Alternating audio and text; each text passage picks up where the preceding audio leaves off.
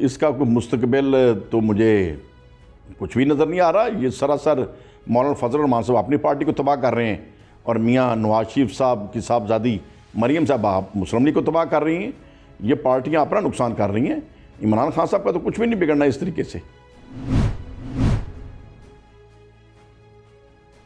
इस्तीफे तो स्पीकर अगर मुखलस तरीके से बात कर रहे हैं, अगरचे उनका ये अंदाज़ और उनकी सोच गलत है, मैं उसे इत्तेफाक नहीं करता, लेकिन मैंने इस्तीफ़ा सबसे पहले इसलिए दे दिया है कि मेरे शोल्डर के ऊपर कोई अखलाकी बर्डन ना रहे कि शायद मुझे कोई बड़ा लालच है या मुझे बड़ी कोई मोहब्बत है अपने इस जो थोड़ी सी तनख्वाह वहाँ से मिलती है। तो मैंने सबसे पहले जाकर इस्तीफ़ा दे दिया है। अब इन्हें भी 31 तारीख को हर सूरत स्पीकर को दे देना चाहिए और फिर उन्हें रिक्वेस्ट करके मंजूर करा लेनी चाहिए, ताकि 1 तारीख को एक आम शहरी के तरीके से हम ज़िंदगी गुजारें और असम्बलियों के अंदर जो बैठे होंगे वो अपने तरीके से असम्बली को चलाएं, मुल्क की खिदमत करें अगर कर सकते हैं तो।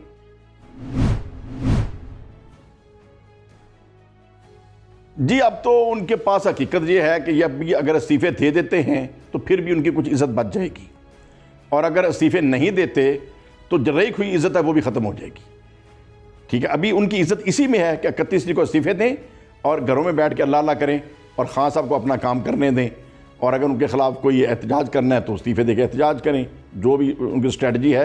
लेकिन अब इनकी जो थोड़ी बहुत इज़्ज़त बचनी है वो इसी में है कि 31 को इस्तीफ़े दे के फ़ारग हो जाएं।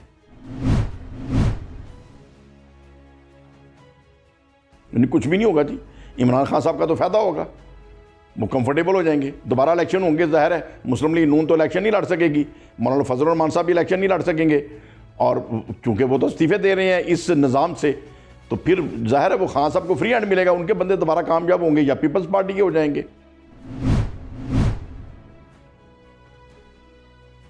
उन्हीं तकारीर से ही नुकसान हुआ है, और ये बात तकरीबन तमाम मुस्लिम लीग समझ रहे थे मियाँ साहब गलत तरफ चल पड़े हैं, लेकिन कहने की किसी की जरूरत नहीं थी, और मुझे था कि कम से कम ज़रूर कहा जाए, उन तक आवाज़ पहुँचे ताकि वो थोड़ा इसको रिपेयर कर लें, इसके अंदर इस्लाह कर लें। लेकिन उन्होंने इस्लाह नहीं की और मेरे ऊपर गुस्सा शुरू किया, तो बहरहाल करते रहे गुस्सा। मैं तो एक अल्लाह के फजल करम से हजूर शेर रबानी के सदक़े, खौफ है तो खुदा का खौफ है, किसी लीडर के नाम ग़ुलाम है ना किसी लीडर को हम कुछ समझते हैं। इमरान खान साहब हैं अपनी पार्टी के लिए बहुत अच्छे हैं, नवाज शरीफ साहब हैं अपनी पार्टी के लिए बहुत अच्छे हैं, जरदारी साहब अपनी पार्टी के लिए बहुत अच्छे हैं, लेकिन यह लीडर हमारे जैसे लीडर हैं, क्या कोई इनको कोई ख़ास पर लगे हुए हैं?